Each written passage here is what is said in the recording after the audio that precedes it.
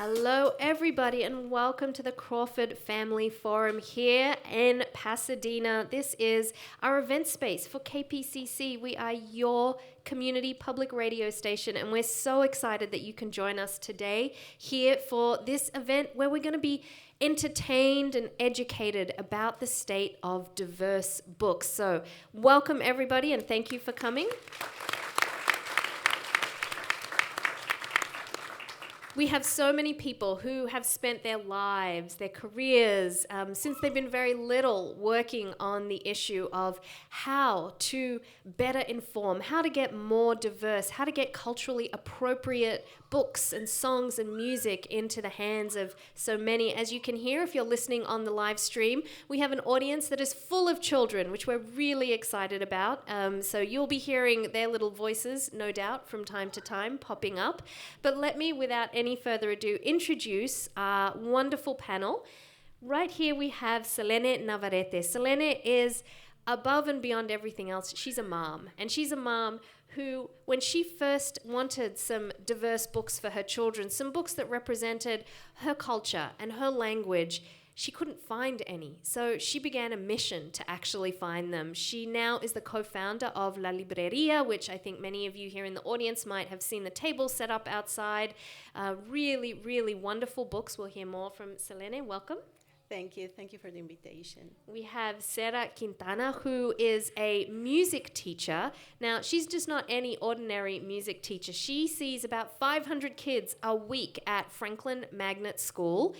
She has come today. She has, we'll get to know her as Music with Sarah, and she has brought her two wonderful daughters, Efe and Celia, who are going to, if you see over here to my right, there is a band set up, and this is going to be the mom and two daughters performing for us. So this is going to be a real treat. Thank you for coming. Thanks for having me and us. Thank you. Do you guys want to just stand up real quick so everyone can see you? Wave hi, ladies.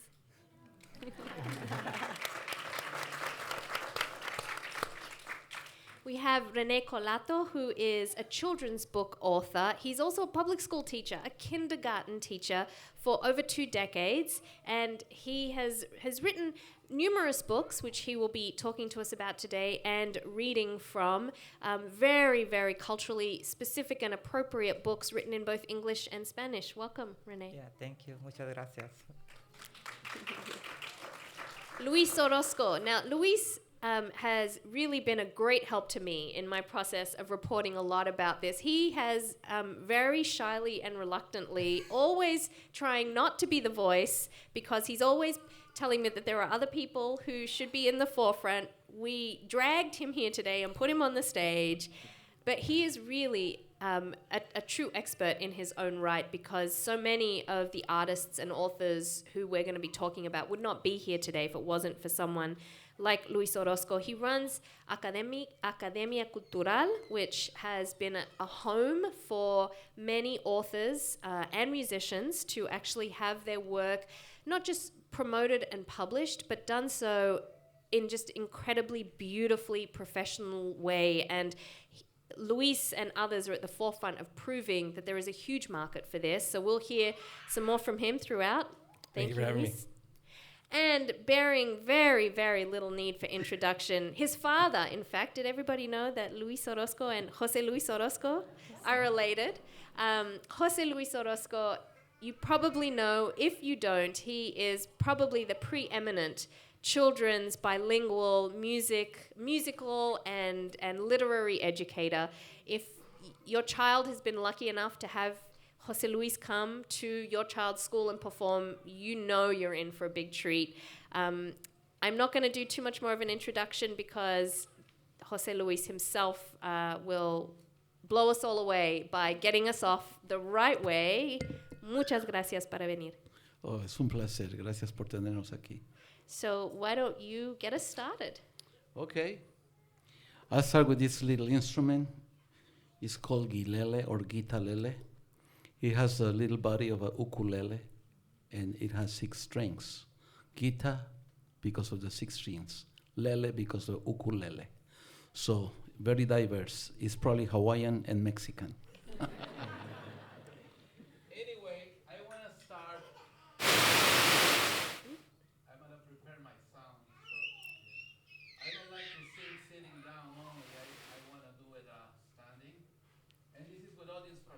confession. I traveled the world as a child, and this is a song that I learned in Panama. It's about a drum. And there are drums all over the world. And even today, we're going to have a drum. You have a drum on your lap. Can you put your hands on your lap? There you have the drum. And then we're going to sing names. Since we have children here, we're going to sing the children's names. Are you ready? Okay. Listos. Aquí, ¿cuántos hablan español? Levanten la mano. Wow, un aplauso fuerte para el idioma español, que se oiga bonito. And how many of you speak English? So you have a nice bilingual audience. A big hand for all of you. The more, the better. Yes, especially with the children. Okay, you have your hands on your lap. You have the drum. Everybody play the drum on your lap, on your lap. Play the drum, play the drum. We're going to start in Spanish, and then we move to English, okay? Please repeat after me. Al tambor, al tambor. Al tambor de la alegría. Yo quiero que tú me lleves. Yo quiero que tú me lleves. Al tambor de la alegría. All right, let's start in English. Play the drum, play the drum. Play the drum, play the drum. Play the drum from Panama. Play the drum from Panama. It's time to sing and dance.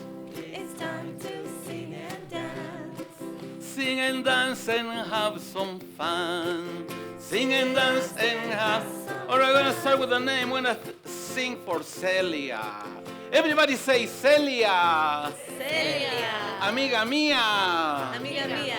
Yo quiero Quiero que tú me lleves que tú me lleves al tambor al tambor de la alegría. de la alegría. Here we go. Celia, oh, oh, Celia.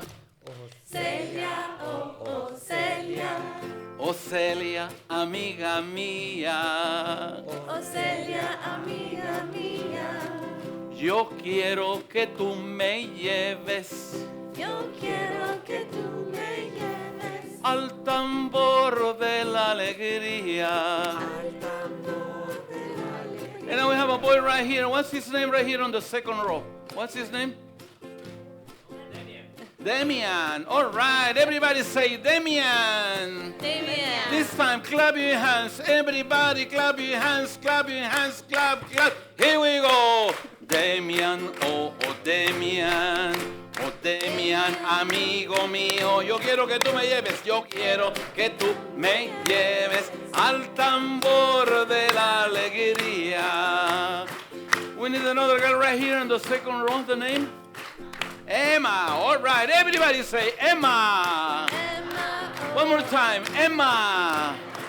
Let's sing it all together. Emma, oh Emma, Emma, amiga mía. Emma, oh, oh Emma. Oh Emma, amiga mía. Yo quiero que tú me lleves. Yo quiero que tú me lleves al tambor de la alegría. Everybody play the drum on your lap. Here we go. Play the drum, play the drum, play the drum from Panama. It's time to sing and dance. It's time to sing and dance. Sing and dance and have some fun. It'll take a long time to get all the names with this song. So please give me your name at the count of 3. I'm going to count up to 3 in Spanish. After I say tres, you give me your name. Are you ready? Here we go. 1, 2, 3. Play the drum on your lap. Here we go. Let's sing all together. Play the drum, play the drum, play the drum from Panama. It's time to sing and dance. It's time to sing and dance. Rui! Sing and dance and have some fun. Thank you. Gracias. I don't know. I think before you turn that off, do we want one more real quick? Do we want one more? Yes. Yeah. All right. Well, let's try I work always with basic skills with the little ones, and this is a counting song. Hands up high, 2 little hands, 10 little fingers. In Spanish, repeat after me. 2 manitas. 2 manitas. 10 deditos. 10 deditos. Cuéntalos Cuéntalos conmigo. conmigo. 2 manitas, 10 deditos, 2 manitas, 10 deditos, 2 manitas, 10 deditos, cuéntalos conmigo.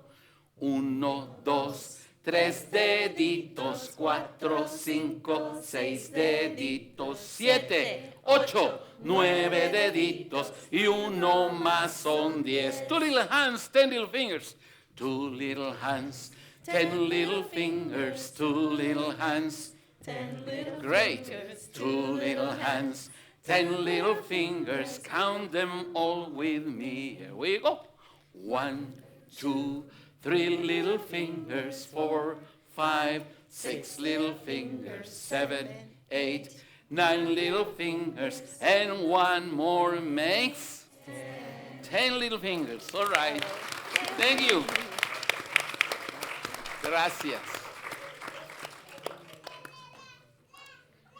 You have gotten the audience really ready. We might have to have some select performances from the audience, I'm thinking. So keep practicing, little one. Jose Luis, I think so many of us are interested in how you got started into this line of work, really, because it seems like it's your life. Well, I think I was born singing. Just 3 blocks from the Plaza de los Mariachis, the Mariachi Square of Garibaldi in Mexico City.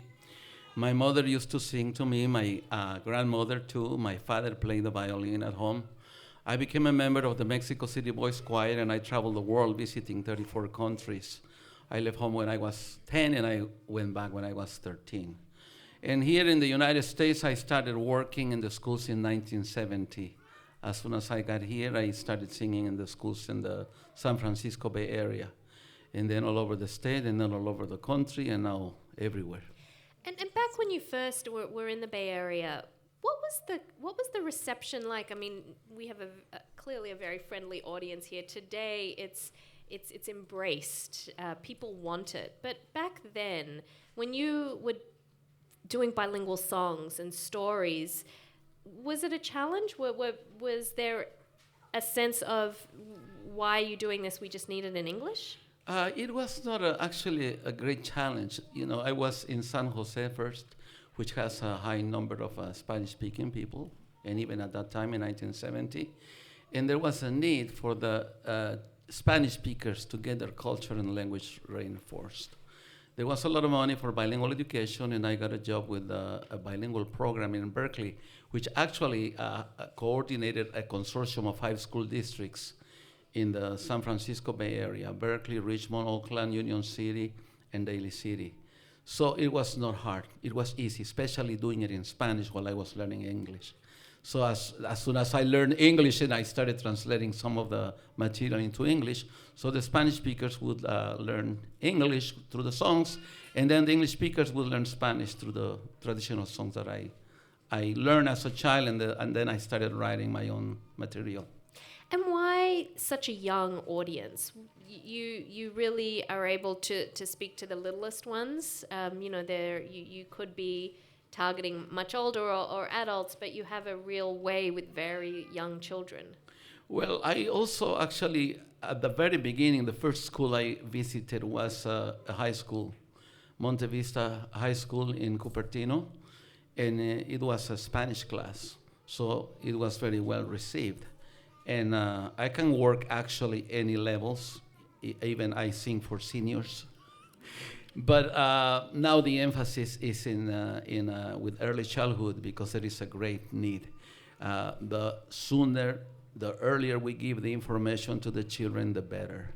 And they learn language with no problem. So that's what we are emphasizing more, the early learning, early ages, but I can do it with any grades, any ages, yes. Now, Luis, you grew up clearly with your father performing, probably, I'd imagine, as you sat down to eat dinner. Tell me from your perspective, growing up with music and bilingual literature, how has that impacted what you have chosen to do today? I think it helped forge me to the man that I am today, but also the global citizen that I am. It's given me a cultural literacy, an ability to travel to any country and not be afraid to speak to anybody and try to figure out how to talk to one another and how to understand one another. And not just through music, but whether it be dancing on the dance floor at a nightclub in Paris or in Tokyo. Or in trying to engage in commerce, which is really important in this day and age.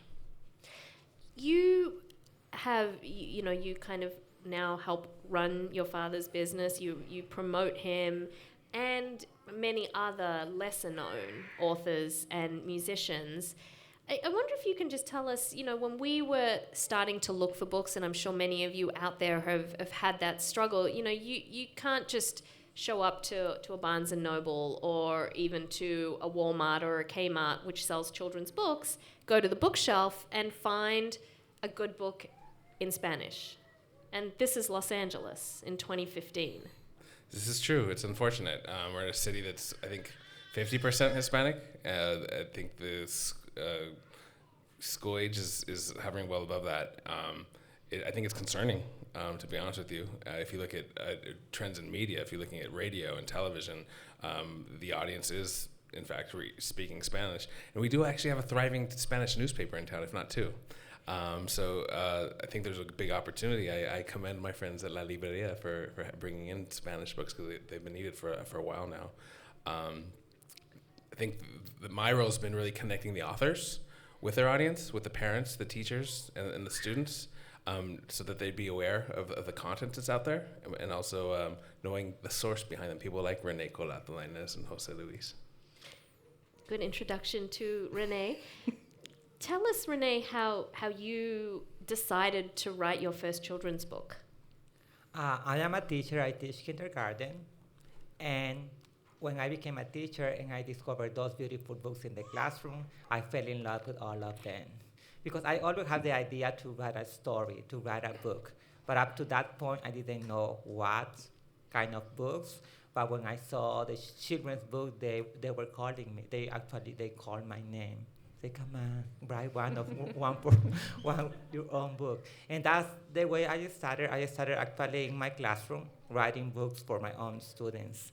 And I wrote about 80 books in the classroom. And I was using them with my students, and then other teachers were using them, and then other teachers from other schools, they heard about it and they wanted to read them too.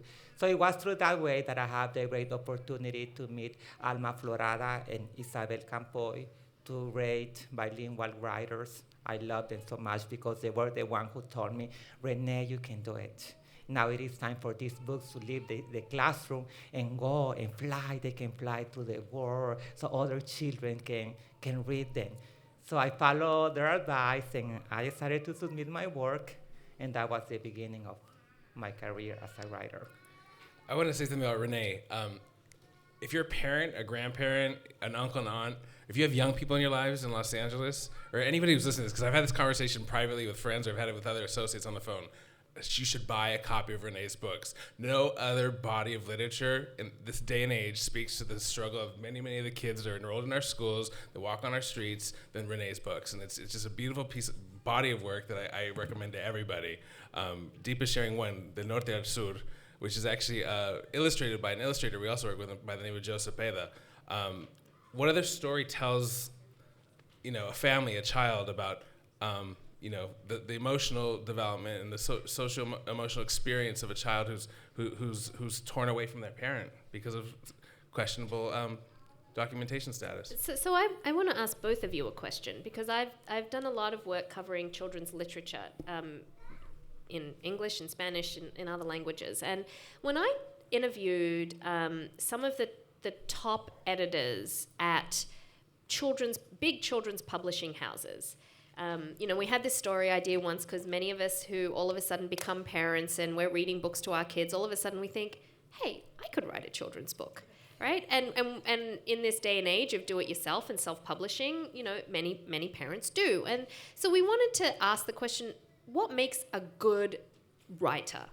what makes a good children's book writer? So I want to put that question to you. You know, is it, what makes Rene, what is it about his writing that speaks across the board? I'm probably the wrong person to ask just because I'm not an editor, nor am I an agent. I play a role or selling the product once it's developed.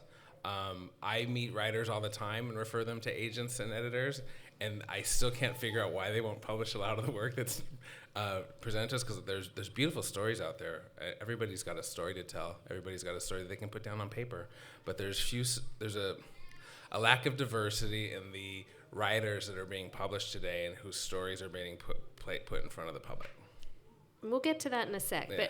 but Rene, when you had the idea to write this story, and you know, I'm holding it up here, it as Luis pointed out, it's a story about a little boy who one day his mother doesn't come home, and he finds out that she's in Tijuana because there was a raid at her workplace and she didn't have the right papers. So it's very heavy material for little kids. I have read this over and over and over again to my 4 and 6-year-old, and you know, and each time I read it, there's another level of them understanding what's going on. How did you come to tackle such heavy material for children? This was actually a real experience in the classroom. It's one of my students who was crying one morning because his father was deported to Mexico because he didn't have the right papers. So the family decided to go to Tijuana and visit him during the weekend. This was the inspiration of my story.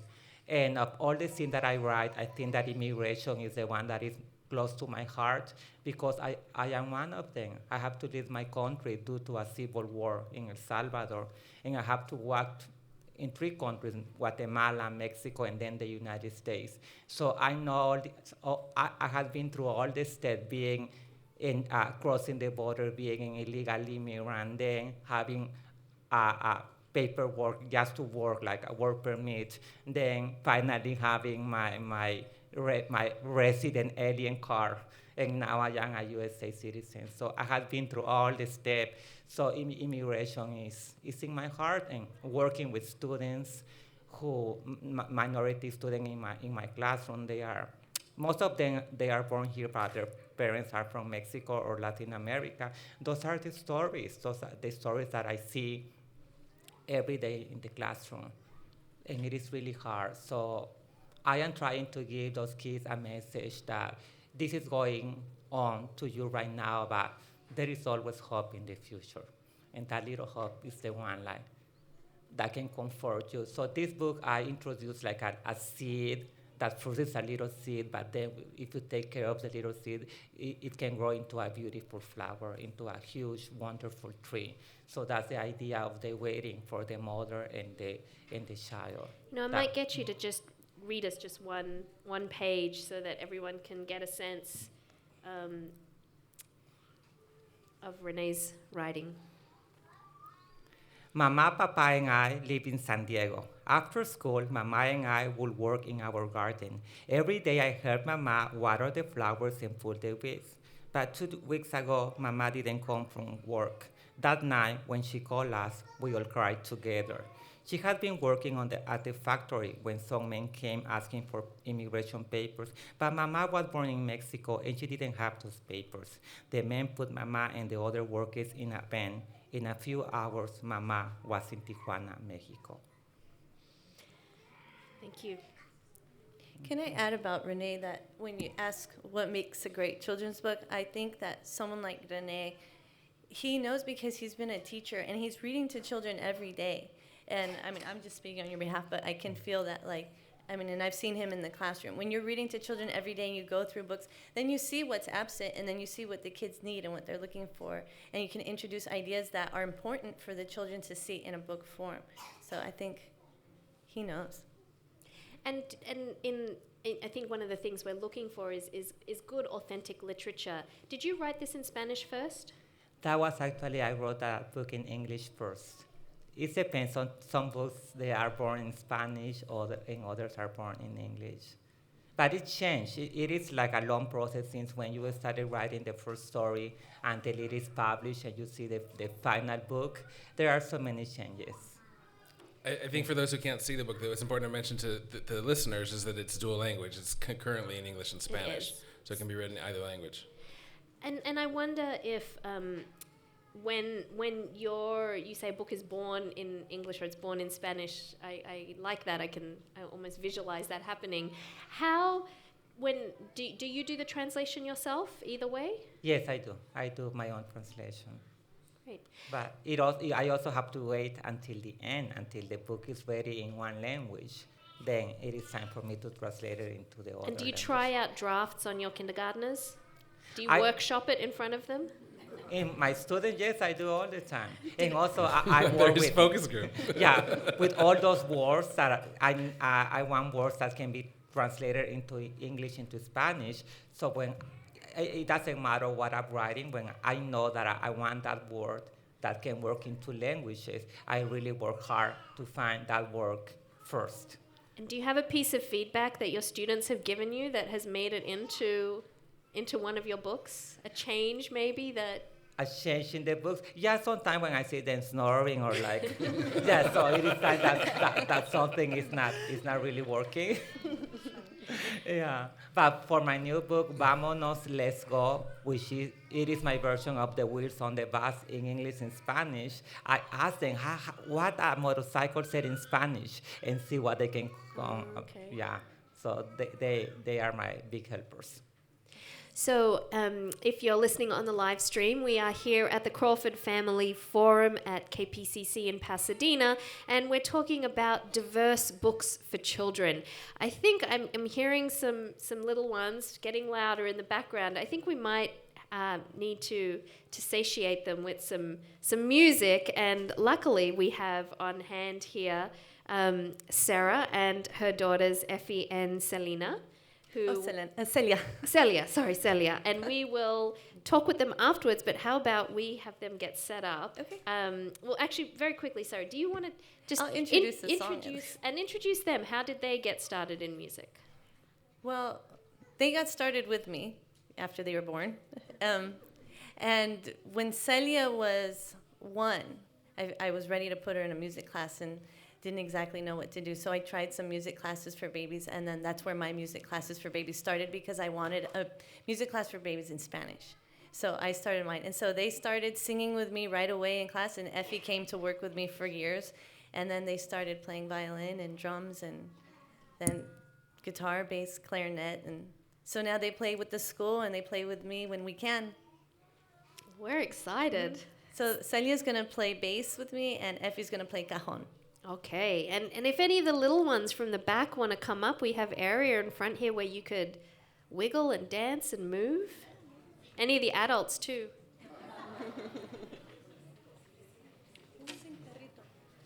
We'll start with a song in English and Spanish too that we wrote for a kindergarten class. That I wrote with a kindergarten class about their pets. The kids actually wrote a few verses that are not in this version about unicorns and gorillas. But we're sticking to the pet version. It's called Mi Perrito Cachorrito. Come on up, kids. Come on up. Yeah, come join us. You guys can also move. You know, Jose Luis is the master at getting you guys to move. So you guys can do this too and show us what you can do with your hands, with your feet. You can move around. You want to hear it a second? And then decide what you want to do? Okay, let's see. Ready? Mi perrito cachorrito dice wow, wow, wow. What does the cat say? Mi gatito muy bonito, meow, meow, meow. Dice meow, meow, meow. Mi pececito, ay, qué lindo. Dice blue, blue, blue, blue, blue. Mi pajarito canta tantito. Mi perrito cachorrito dice wow, wow, wow. Mi gatito muy bonito dice meow, meow, meow. So we're gonna do it in English, okay? We got a puppy that's really funny, and he says bow, wow, wow. Wanna help me? I got a puppy, He's so funny. What does he say? He says, bow, wow, wow. I got a kitty. She's so pretty. She says, meow, meow, meow. My fishy, my little fishy. Swishy, swishy. She says, bloop, bloop, bloop. My little birdie sings so pretty. Mi perrito, cachorrito, dice wow, wow, wow. Mi gatito, muy bonito, dice meow, meow, meow. That's it. The kids obviously love talking about animals, singing about animals, and that's just a simple way that we can say the sounds in English and Spanish. Well, we've got some little ones moving up here. Can we give them another one? I know this is a song a few of you know about, El Barco Chiquitito. And this is just in Spanish, but once upon a time there was a little teeny tiny boat. So we put our hands together and we move them like this about a little boat. Want to sing about a boat? Ready?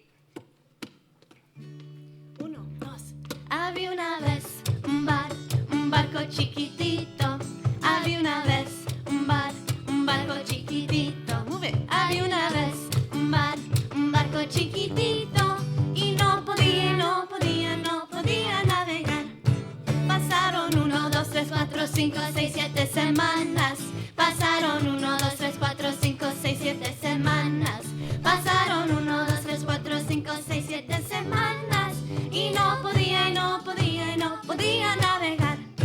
Y si la historia no les parece larga, y si la historia no les parece larga, y si la historia no les parece larga, volveremos a empezar. A little faster. Había una vez un barco chiquitito. Había una vez un barco chiquitito. Había una vez un barco chiquitito y no podía navegar.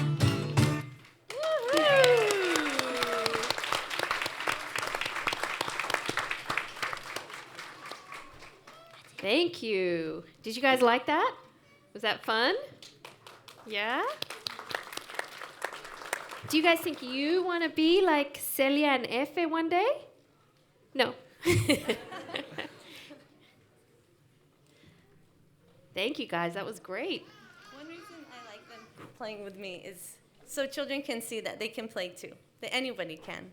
You know, our kids pick up the drums or they just bang on the floor or whatever. They can all make music, and I think that's what we all try to do is to make sure they know that they can make music too. They got their voice in their hands, and we all can. You mentioned that it was really important to you when your children were born that you had a kind of a Mommy and Me music class, and then you wanted it in Spanish. How hard was that to find? You know. Well, there really wasn't one, and I was teaching a program for babies, and it was in English, but I kept adding the songs in Spanish, and parents asked for more. They were asking for more, and so I just started some classes on my own. The Music with Sarah classes just started, so that we could sing in Spanish and tell stories in Spanish, and that's what we do. I mean, I feel like you can get that a little more these days. Oh yeah, there's a lot more. I have some friends still doing it. Baila does it on the west side, and they're bringing that to. And there's other classes I know around that are starting it too. And I think it's important, especially as babies, because I've seen the development of my students from 0 now. They're 10 and 12 years old, and it really makes a huge difference in their lives to begin that young. Not just for the language development, but for developing the musical aptitude. And you teach at Franklin Magnet, which is one of the premier dual immersion schools. Do you is having music a critical part of learning another language? I think so, for sure. We started when Celia was in kindergarten. It was the first year of the Magnet program there in Glendale, and so many more dual language programs are starting. And I do think music played a huge role because when we're singing songs in Spanish, they learn the songs so quickly, and they're learning big words. We're singing, Mark Anthony songs or Selena songs in kindergarten, and they're saying words that are not in the typical kindergarten vocabulary, but they're able to say them at the end of the year. The parents are like, wow, they've said these huge words, beautiful words they don't understand, but they're pronunciation gets developed really well. They can learn actually what the words mean, and so I think it plays a huge role for their language development. And Celene, you, in a similar way, were seeking out books for your children. Tell us about your journey. Yeah.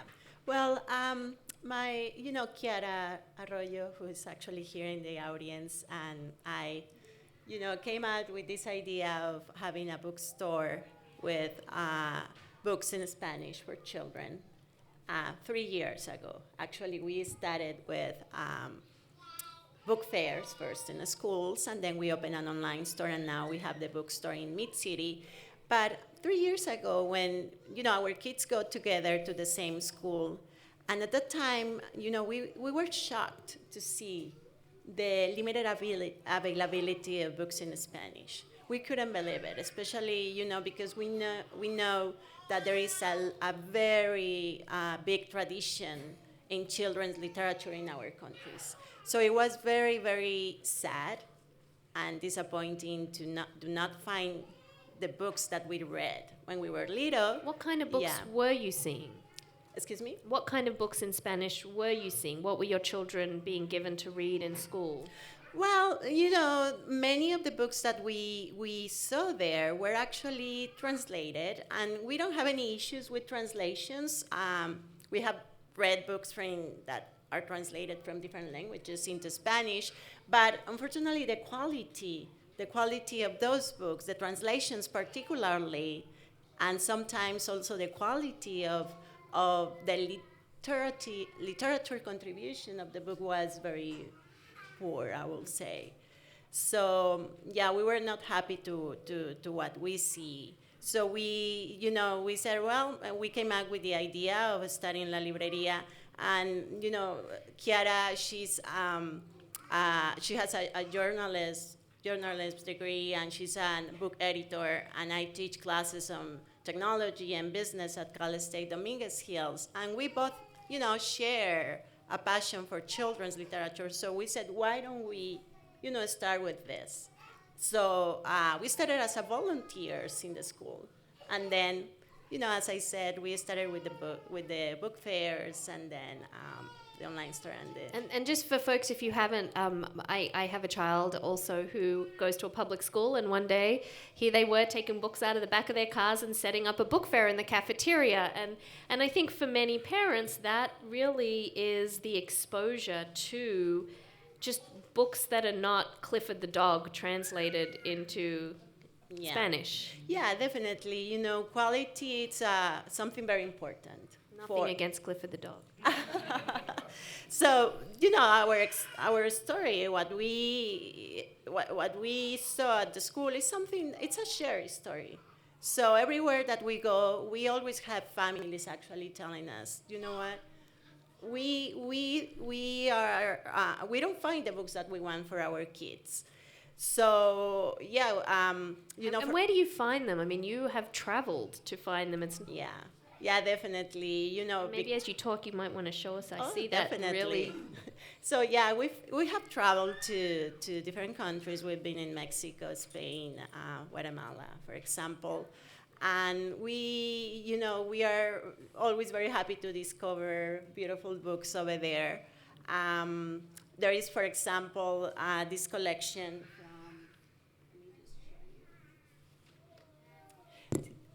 This is this collection from, this is a Chilean, these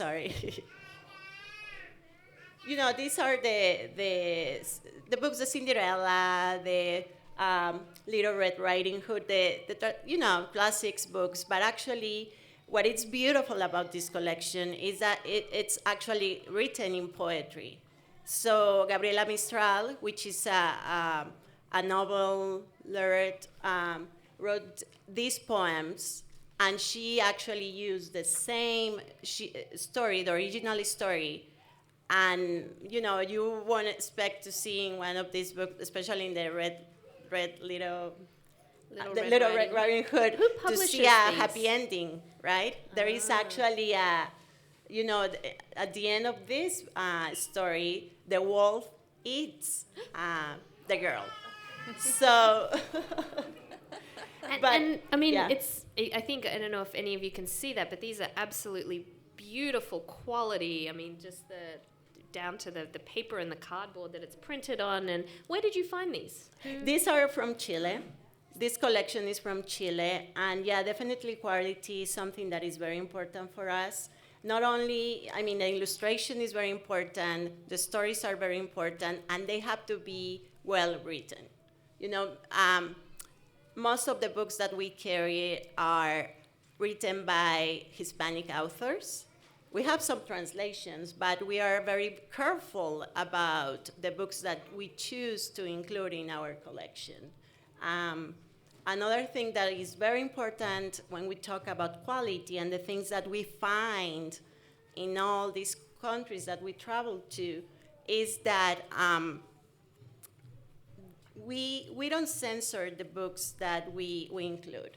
You know, we are open-minded. We are open to cultural differences, and as you know, there might be some words that are not appropriate in some countries, but I mean, they are appropriate in other countries. So we don't censor those books. There are some books in some countries that use nude, and we include them because this is a way to actually, you know, be open to cultural differences. Right? Is that what you might call kind of a teaching moment? If you have different words that maybe children might question?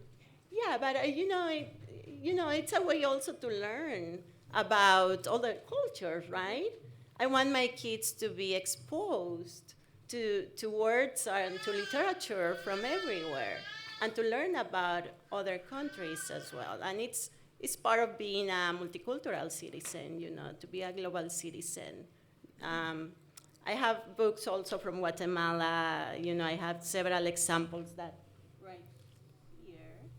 So, for example, this is a book that it was written by a Mexican author, and it talks about a group of sailors that are traveling in a ship during the Soccer World Cup.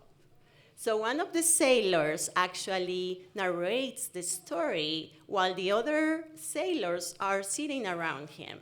So the other sailors experience the World Cup, the games played by play, by just listening to the story.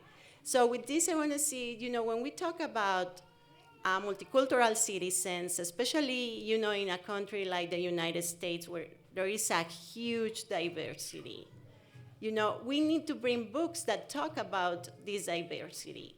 And for example, soccer, it's, you know, a sport that is very important in other countries and also to kids who live here. Kids that are maybe, you know, second generation, third generation, and they play soccer, you know? So we try to find books with this kind of contribution or this type of quality that speak to the kids that we are raising and in a multicultural world. You know? I think one of the things when I visited La Libreria that was, you know, just as watching the various people who came into the store and kind of coming up to either Chiara or Celene and saying, do you have any books from Guatemala? Or fully expecting the answer to be no. Do you find, and then of course you would lead them to like an array of books which kind of would blow their mind. Why? What is the difference, you know, for people who are not from the region of a book from Guatemala versus a book from Chile versus a book from Mexico? Well, you see the difference, obviously, about the way, the type of language they use, because we have a huge cultural linguistic diversity. So the words that the authors use, the writer use, that can tell you, you know, where the book comes from, but also the illustration. You know, the illustration tells you, it's a window to other cultures. So by now, well, talking about our experience, sometimes when we take a look to the illustrations, when we travel to different countries or even to we attend book fair events where many publishers are there. By just looking at the illustration, you can tell where the book comes from. It's very important. For example, Chilean books have a very specific type of illustration, you know. So that's one thing. Obviously, the art tells you, you know, where that book's from. Also, you know, the type of language that is used, the words that are used, and the stories as well. Because obviously, you know, in our collection, we have folk tales, we have books that talk about traditions, that talk about history. And that also is a very, you know, important thing that tells you about these differences. Thank you. Jose Luis, I think we all hear read to our kids, read to your kids, read to your kids. You know, it's the critical thing. They need to have this many words by the time they're in kindergarten, or they're going to fall behind. And I had a friend and colleague tell me, you know, when I was growing up in Tijuana and across the border, it was very oral. We didn't have books that were read to us. There were stories that were told, and there was a lot of music. And it kind of made me wonder, are we presumptuous here in saying, read to your kids? That's the only way. Reading is important, very, very important. I think the oral tradition is also very important. It's a strong base for reading. It's a pre-literacy. So the adults actually learn songs as children, you know, from the lullabies, the first things, the lullabies, the cradle songs, to some of the rhymes, sana, sana, colita de rana, si no sanas hoy, sanarás mañana, things like that they can give to their children. So it is very important to play with the children, the old games, La Víbora de la Mar, La Rueda de San Miguel, or Patty Cake, and all of that. The more they give them, the better, and that'll help them also with literacy, with the reading. So it is not only reading, it's also singing, it's also, you know, remembering the oral tradition and doing it with the children. Do you think we could get another example? Of course. Is everybody ready? Little ones. So I'm going to stand up again because I cannot do it seated. Most of the time I stand in front of the children or the audience. Come on down, children. This is about chocolate. How many of you like chocolate? Chocolate, a great gift of Mexico and Central America to the world. And actually the original word is not chocolate. There were two words. Everybody say choco. That means cocoa. In Spanish, cacao. Say latl. That means water. So that's the drink of the cocoa bean. So the people in Mexico and Central America used to grind the cocoa bean and mix it with water and had a nice drink. The people from Spain went into Mexico and it was very hard to say chocolatl. So obviously they changed it to chocolate. That's the way we say it in the Spanish-speaking world. And then they took it everywhere. They took it to China, and in Chinese they say chocolate. Everybody say, oh, chocolate. Everybody say chocolate. Now you know Chinese. And then in Korean, chocolate. In French, chocolat. And in English we say, all right, we're going to make chocolate today. Hands up high. All right, we need a big and round pot. Come on, make it big and make it round with its shape and size. Yes. Big, and round. And I will need the milk. This time we're going to put the milk. Let me hear the sound of the milk. Here we introduce one sound. The sound of the milk. Shh. Inside the pot. More milk. Que se oiga la leche. Más leche. And to introduce another sound, then we say that this is milk from a cow. A happy cow. We're going to milk the cow. Everybody, let's milk the cow. Give me the sound of the cow. Give me the sound of a happy cow. Give me the sound of a cow in love. And some people drink goat milk. How many of you drink goat milk here? We have some of you, all right. So now we're going to milk the goat. Because we have another sound here. Let's milk the goat. Give me the sound of the goat. Que se oiga la chiva. Más chivas. The cow. Moo. La leche, the milk. More milk. A little bit more. And now we get a round piece of chocolate. Here we go back to shape. Show me. Yes, nice round piece of chocolate. We put it in the pot. But before we use the mixer, put your hands together. And this is a nice way to teach the syllabus. Syllabus in Spanish, in English, syllables? Syllables. Syllables. All right, syllabus. Hands together, please repeat after me. 1, 2, 3, cho. 1, 2, 3, cho. 1, 2, 3, co. 1, 2, 3, co. 1, 2, 3, la. 1, 2, 3, la. 1, 2, 3, te. 1, 2, 3, te. Chocolate. Chocolate. Chocolate. Chocolate. Bate, bate. Bate, bate. Chocolate. Chocolate. Great. So here we have vocabulary, we have grammar, but at an early age, we don't talk too much about that. We just do it, and then we explain it. Hands together. Show me the big mixer. It's called molinillo. What's the name of it? Molinillo. One more time. Molinillo. Repeat after me. Yeah, put your molinillo inside the pot. Repeat after me. 1, 2, 3, cho. 1, 2, 3, cho. 1, 2, 3, co. 1, 2, 3, co.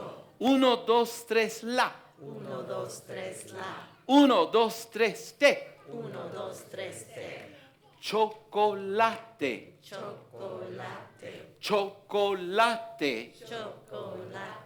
Bate, bate. Bate, bate. Chocolate. Chocolate. So repetition is always very important in order for the children to learn it. So let's try it again. Here we go. All together. This time all together. 1, 2, 3, cho. 1, 2, 3, co. 1, 2, 3, la. 1, 2. One more time. 1, 2, 3, cho. 1, 2, 3, co. 1, 2, 3, la. 1, 2, 3, te. Chocolate, chocolate, bate, bate, chocolate, chocolate, chocolate, bate, bate, faster, faster, chocolate, chocolate, bate, bate, chocolate, chocolate, chocolate, faster, faster, make it for me, chocolate, chocolate, bate, bate, chocolate. And now we get to drink our chocolate. Show me the cup with the chocolate.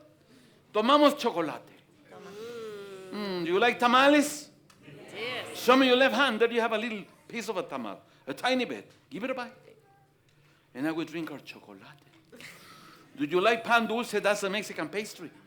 Pan dulce or pastries. Show me the left hand there. A little bit. Not too much. And then this time. Yeah. And then you give it a bite. And then we drink our chocolate. And you say, rico chocolate. Rico chocolate. Thank you.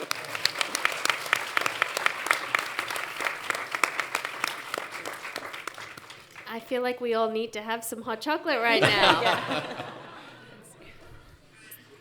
You know, when I'm watching you, I imagine that is absolutely speaks to the reality of some kids. It's so simple, it's so real, and in some ways it must be so liberating to see someone like yourself doing these kinds of things. Have you had that kind of feedback that? Yeah, that's what happens in my house. Yeah, I have it all the time with anybody, English speakers, Chinese speakers, with any kid. I travel the country. We have a very diverse community, our communities all over, from New York to Los Angeles to little towns like San Isidro or Waxahachie next to Dallas. And it is, the response is great. Very simple, as you mentioned. Simple, down to the point, and using the tradition, which is very important. Which also makes me wonder, sometimes the simplest is the most overlooked. You know, we don't think to teach our kids about the simplest things. It almost, as I was watching you right now, it's almost like you're playing out and emphasizing something that just happens during daily life, mixing in the shapes and the sizes and the repetition and all these kinds of things. How did you come to that? Well, you know, I learned some of these things from my family. And then as I travel, you know, I try to also learn the simplest things that are catchy and that you can use as teaching tools. These are great teaching tools also. We have language, we have vocabulary, we were working with numbers too, with body movement. So there is so much to teach just through simple things. You know, I feel like we've gotten the kids activated and moving and learning, and we might want to do a little more for them. So maybe we'll come back to you for one more. Well, I'm ready for more whenever you want. Well, me let's to. do one more right now, and then I think we want to see Sarah and the girls one more time and hear a little more reading from Rene. So let's. Right. Well, this is a song that I learned here in the United States, and then I did the Spanish translation. Again, this is a little bit of movement, body parts. So please repeat after me. Well, actually, let's do it all together. If we put our hands together, we go clap, clap, clap. Everybody, here we go. If we put our hands together, we go clap, clap, clap. And when we stomp our feet, we go stomp, stomp, stomp. And when we open our mouths, we go tra, la, la. Clap, clap, clap. Stomp, stomp, stomp. Tra, la, la. Tra, la, la. Do you want to come up here with me? You're doing a great job. Please give it a big hand. Yes. Here we go. One more time. If we put our hands together, we go clap, clap, clap. And when we stomp our feet, we go stomp, stomp, stomp. And when we open our mouths, we go tra, la, la. Clap, clap, clap. Stomp, stomp, stomp. Tra, la, la. Tra, la, la. Si juntamos las manitas, hacen clap, clap, clap. Si movemos los piecitos, hacen tap, tap, tap. Y si abrimos la boquita, hace tra, la, la. Clap, clap, clap. Tap, tap, tap. Tra, la, la. Tra, la, la. Clap, clap, clap. Tap, tap, tap. Tra, la, la. Tra, la, la. Clap, clap, clap. Tap, tap, tap. Tra, la, la. Tra, la, la. All right. See, the response is so natural. Una más, porque ya tenemos los niños listos. Una más. Okay, well, let's get ready for more. Okay? And they keep Let me get my coming. little guitar. Come on, kids. All This is your right. chance on the stage. Okay. Uh-oh. Well, as many as you want to put up here, it would be great. Any more kids that want to come on stage? Let them shine. Yes, please come up here. All right? Clap your hands. Clap your hands. Aplaudimos, aplaudimos, aplaudimos, aplaudimos, aplaudimos. And now we stop. Paramos. Aplaudimos, aplaudimos, aplaudimos, aplaudimos, aplaudimos, aplaudimos. Paramos. Now we shake our heads. Movemos la cabeza, la cabeza, la cabeza, la cabeza, la cabeza. Paramos. Movemos la cabeza, la cabeza, la cabeza. Paramos. And now we're going to swim. Everybody swimming. Everybody. Nadamos, nadamos, nadamos y nadamos y nadamos, nadamos. Paramos. Nadamos, nadamos, nadamos. Paramos. And now spinning around slowly. Y vueltas, y vueltas, y vueltas, y más vueltas, y más vueltas, y más vueltas. Paramos. We stomp our feet. Yeah. Marchamos, marchamos, marchamos y marchamos y marchamos. Paramos. Aplaudimos con las manos arriba. Aplaudimos, aplaudimos, aplaudimos, aplaudimos, aplaudimos, aplaudimos. Paramos. Aplaudimos y damos vueltas. La la la la la la la la la la la la la la la vuelta, vuelta, vuelta, spinning around, spinning around. Paramos. Well, there is so much more, you know. We have to blink our eyes and stomp our feet. But we'll do it with the adults next time. Gracias. Thank you. They are great. Children are great. Give them a big hand. Thank you. And for those of you who don't know, Jose Luis Orozco is available to come to your child's school and do this times 20. Library, local community event, and having seen him just recently by accident, it was a very lucky accident that I happened to show up at a school reporting on a separate story, and there I was treated to Jose Luis Orozco, and I really didn't want to report on the other story because it was mesmerizing for adults as well as kids. So I wonder, we don't have that much time left, and we do want to hear again from Sarah and the girls. And I'll just quickly introduce the song that we're going to sing last. I'll keep the kids up here, hopefully. It's called Mamá Te Quiero Mucho.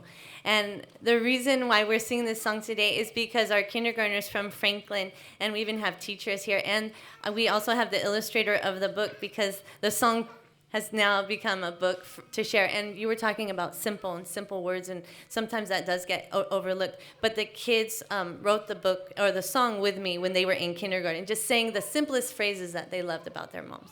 I mean, one kid said, "My mom's my Valentine," and then a kid in Spanish said in kindergarten, "Ella es mi San Valentín." And so little phrases like that were the phrases that we put into the book to keep it simple and the song simple for the kids to learn. So we'll sing a song called Mamá Te Quiero Mucho. Perfect.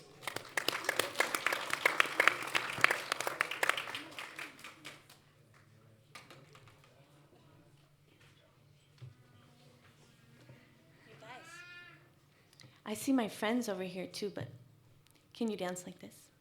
It's kind of a slow jam, okay?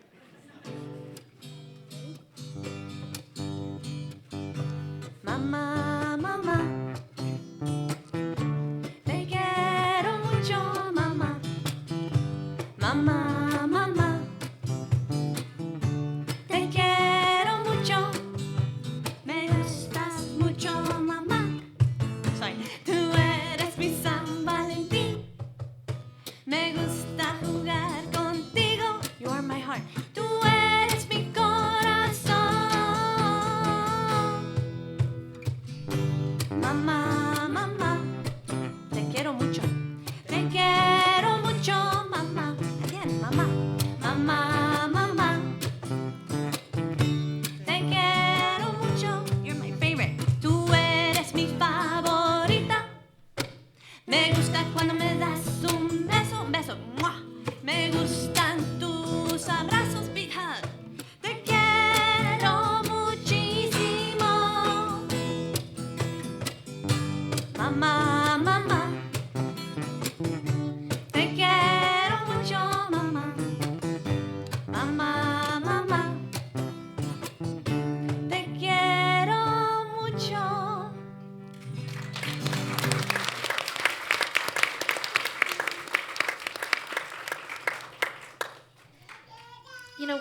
While we have Celia and Efe here, can I ask you guys a question? Yeah. So I want to know, when you were younger and your mom is playing music and singing to you, at what point did you guys kind of realize we can do this too? A long time ago. Tell us about it. We used to do lessons. Mom used to give me piano lessons, and that was really fun. And How did you choose to play the bass? We had at our school we have talent shows, and they asked us to play in a band, and one of the dads of the band members said, "Hey, we need a bass player," and And you signed up. yeah. In like a couple months, she was the bass player. Wow. And is that your preferred instrument? Because you said you learned the piano, and I know that I've seen some great videos of you guys taking some percussion classes. It's not my preferred, but I like it a lot. It's really fun. Yeah, so what would your favorite be then? Guitar. Definitely guitar. She can take over soon. And Effie? What's your favorite instrument? The drums. Yeah, you're very, very good at it. Yay! Thank you.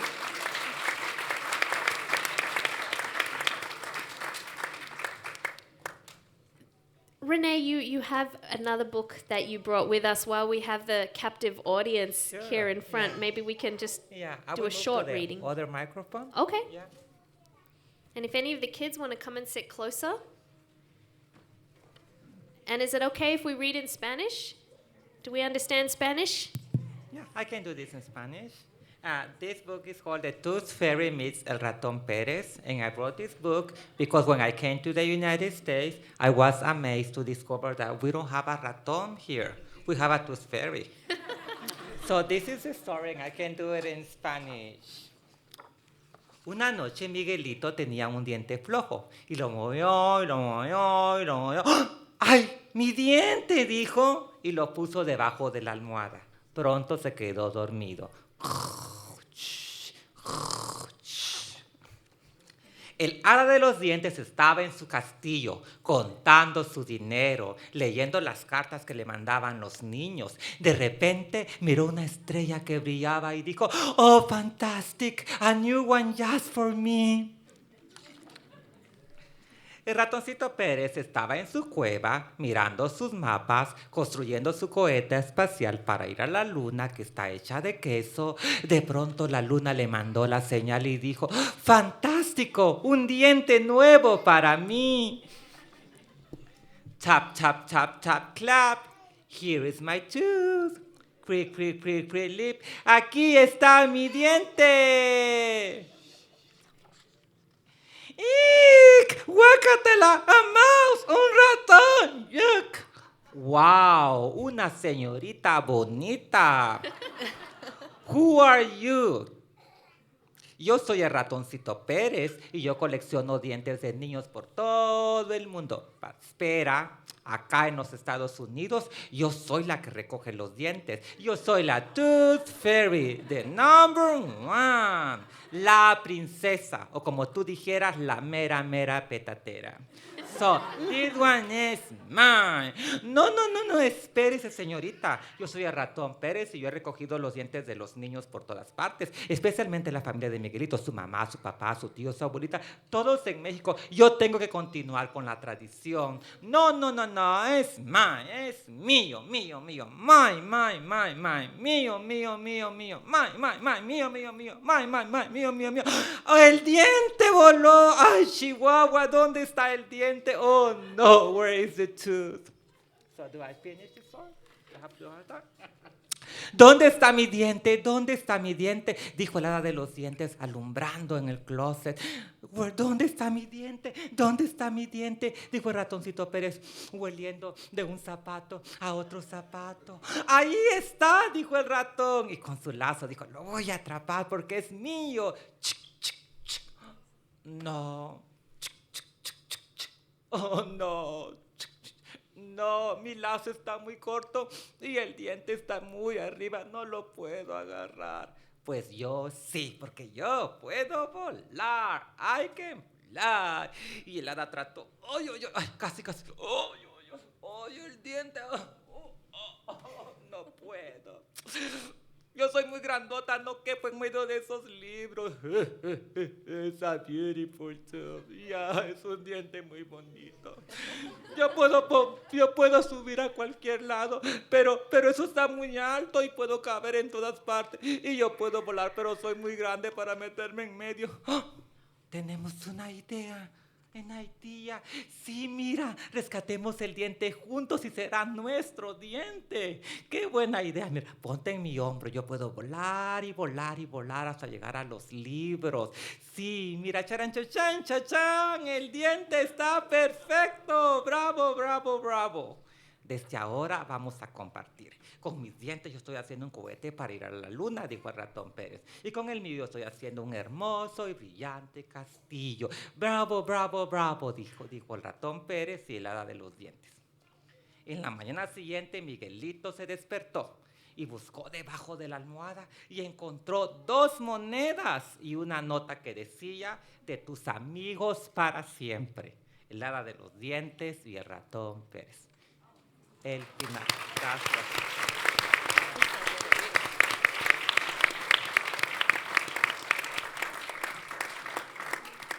You just captivated everybody.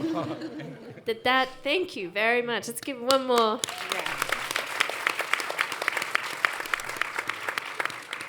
You know, I feel like what that also speaks to is kind of the cultural element that Celene was telling us about. Luis, why don't we, you've worked in publishing, children's publishing, why aren't we seeing more books like this in a broader sense? I mean, I think the first difficult thing that happened to all of us is the advent of technology. There's less and less independent bookstores. There's less and less avenues by which books are distributed. And you saw a downsizing of the publishing industry. And with that, you saw, less resources available to edit and to integrate more and more voices. And so you see, publishers looking for the fast buck. What can they publish that's going to, turn around the biggest return on investment? And that comes through blockbuster hits like The Diary of the Wimpy Kid, like Harry Potter, and not necessarily through, El Ratón Pérez, which I think, again, speaks to the unique social ironies and experiences that these young kids have who are of two languages and two cultures who grew up in this country. And I think is a big opportunity for somebody who's willing to, who's got the capital to invest in it. You heard it here first. I would like to add something to that. And, in the experience that we have had in the last 3 years, what we have noticed that, especially when we talk about diverse literature, multicultural literature, we have seen that, distributors and publishing companies, they are not so diverse. Actually, they tend to be very homogeneous. So that is definitely a problem when we talk about the ability of the people who work there to choose the books that are read by our kids. That's definitely an issue, and I think forums like this are, great because we can actually talk about our experience and how we actually have to travel to find books that talks about cultures. And yeah, that's, I just wanted to add to that because definitely that has been an issue for us. And we don't find the books, and that can be in Spanish, and that can be one of the reasons. And why. to jump on that remark, or to echo on your sentiment, there's this movement out there called "We Need Diverse Books." We also need diverse people working in publishing. I visit publishers all the time, and it's most of them in New York, and it's always mind-boggling to me that I can go from a subway station where you see people of all races and colors and classes speaking various languages, and then suddenly being up in an office suite where it does become extremely homogeneous and almost frightening to me. Yeah, and the other thing, that. Usually, distributors are the gatekeepers and also the publishers, and people who actually, librarians, teachers, people who makes the selection of books to read in those places, many are not, doesn't know or do not know actually about the great books that you can find in Spanish. So if, there is not, this lack of diversity in these organizations or companies, definitely, it's impacting what we read, what our kids read, because we need to provide access to those books so people can actually recommend them, and librarians and teachers. Yeah. Yes, the United States is becoming more and more diverse, and it is important to see all those diverse faces of the different people who live in this country in the books too. Yeah. And in different languages too. We only have a few minutes left. Rene, what are you working on now? What's the next book that you have a passion to write? Yeah, one of my new books is coming out in March next year, and it's about a little girl. By accident, she discovered a card on Mama's purse, and the card said, "Resident Alien." So the little girl asked Mama, is your car? Is this car real? And the mom said, sure. The day that I received this car was one of the happiest days in the United States. So from that point on, the girls think that the mother is an alien. So the title of the book is Mama the Alien, Mi mamá la extraterrestre. So it's coming out next year.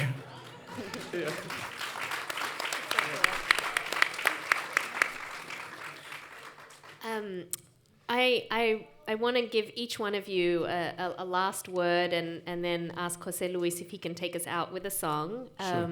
So something that you want us to know about the work you do and the need for diverse literature. Celene. Sorry, can you Just a last thought, something you want to Okay. leave us with. Okay, so what I would like to basically say that is that our kids should be exposed to great books, either in Spanish or any other languages, and because literature is universal, and that we have to take advantage of living in a city like Los Angeles, where you have a diverse community. So we can not only learn from the books, but also from, interacting with other people in our communities. So yeah, definitely, yeah, it's not about books in Spanish. It's about good books and be inclusive and bring literature from all over. Yeah. And on that note, I wanted to add, although I'm not seeing them, but we had a couple of guests here who were going to tell us a little bit about books in other languages as well. Books in Farsi, for those of you who are interested, they're on the west side. We'll post resources. We have some on our website, but books in Farsi, apparently there are a great number of bookstores on the west side which serve population of Farsi-speaking parents and children. And we had, from Claremont College, the professor who runs the Urdu desk, Urdu being the main language of Pakistan, spoken in India and Bangladesh and other places, and culturally relevant books in the South Asian context as well. Unfortunately, I don't see her right now, but to say we'll post some more resources on our website. Sarah? I think we're all here trying to fill like the same void we see, but if we're talking about lack of diversity, I think you're able to see, and your listeners and people who are watching can see that there are people filling the void. There are a lot of resources available, and they provide these resources. Rene is here doing that work firsthand, so is Jose Luis, and so am I, and trying to self-publish books to put out those resources for other people and to keep it diverse. But there are so many people doing it, but hopefully we can make it easier to find for everyone. Thank you. Rene? Yeah, para mí es seguir leyendo, lee y toca las estrellas. We have to keep reading, read and reach for the stars, because in books we can find many beautiful things. They are our best friends. Nuestros mejores amigos son los libros. Creo que sí. Gracias. Luis? I'd say step out of your box or out of your comfort zone and go across town. Learn about another culture, or even another culture, another family lives on your same block, and share that literature amongst the kids in your community, and make sure that they learn about one another. Jose Luis? Yeah, reading is important as well as talking and singing. Actually, there is we have about 40 million people speaking Spanish in the United States, which makes us the second largest Spanish-speaking country in the world. There is a song that brings everybody together. It's called De Colores. But the number one song that we sing in the schools in the United States is a song written by Woody Guthrie. And I joke sometimes because this song gives a green card to everybody. This land is your land, this land is my land. And maybe we can finish with that one. All right? Okay, Thank you. Your hands in front of you. This is the beautiful land where we live, here in the United States. Show me the sun shining like today here in California. And then we go to New York, to the Statue of Liberty. We make a tree, and everybody all together, we make a beautiful forest, and then the waves from the ocean. This land is your land, this land is my land, from California to the New York Island, from the Redwood Forest to the Gulf Stream waters.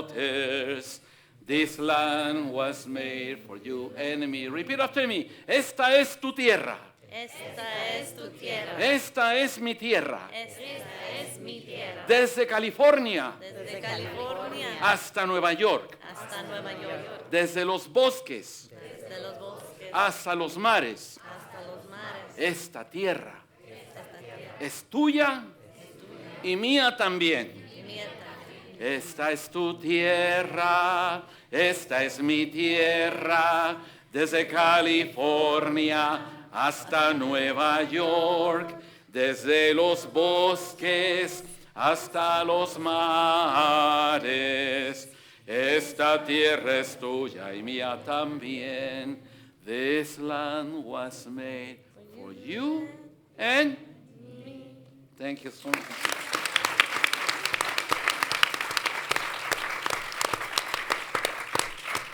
Thank you all so much. I want to thank everybody, our panelists. You know who they all are. They've given us such a great, informative, and enjoyable show today. So thank you all so much. Please go to our website at kpcc.org. There's more information there on the very page that you RSVP'd, where you can find out more about all of our guests.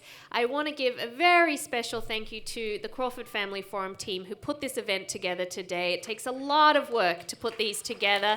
Dave at the back, who's running all the tech. Ashley Alvarado, who has been great in all the outreach. And, of course, Janice Watchie-Hurst, who has really gone above and beyond to make this event happen. Thank you, Janice.